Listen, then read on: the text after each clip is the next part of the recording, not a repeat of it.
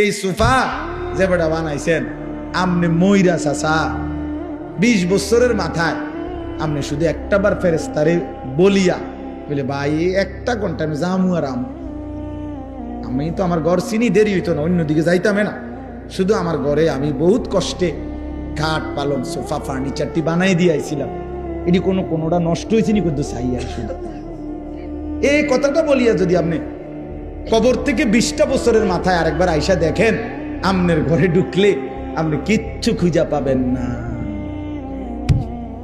যদি ফুতেরে আর নাতিরে বলেন, কিরে নাতি ফুত আমি যে সোফাটি বানাইছিলাম হেডি কই, ওই বলবো আব্বা এটি চলে না।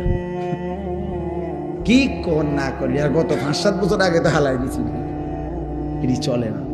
ধোকা ধোকা, দুনিয়া ধোকা ধোকা ধোকা ধোকা, ধোকার দুনিয়া। এজন্য মাঝ বয়সী বাবা আপনাদেরকে বলি, খাট পালং আর সোফা, ক্ষেত ফসল আর জমি, ইট বালু আর সিমেন্ট এর হিসাব না দিয়া স্ত্রী সন্তানের হিসাব দেন।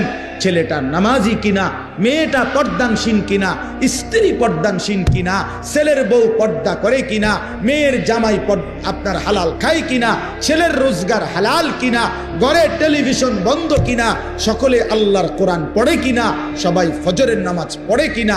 বেড়া হইলে এই মাইক দিয়া এনে এনে খারাইয়া কোন হ্যাঁ আপনি বলেন ভিডিও হইবে, এখন রেকর্ডিং হইবে, কোন আসেন।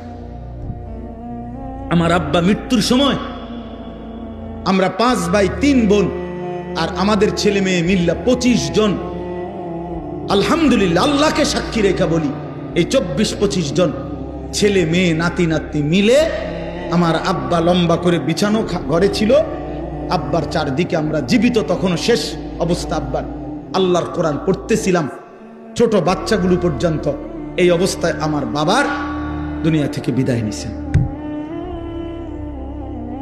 আমি আমার মারে বলছিলাম, মা আপনি কাঁদেন না মা, একটু পরে বাফেরে কবরে যদি ফেরেশতা প্রশ্ন করে মান রব্বুক, তোমার রবকে, তো আমার বাপ বলবে ফেরেশতা রবের কোরআন পড়ার জন্য 25 জনকে জমিনের উপরে রাইখা আসছি, রব চিনব না কেন রে বেটা,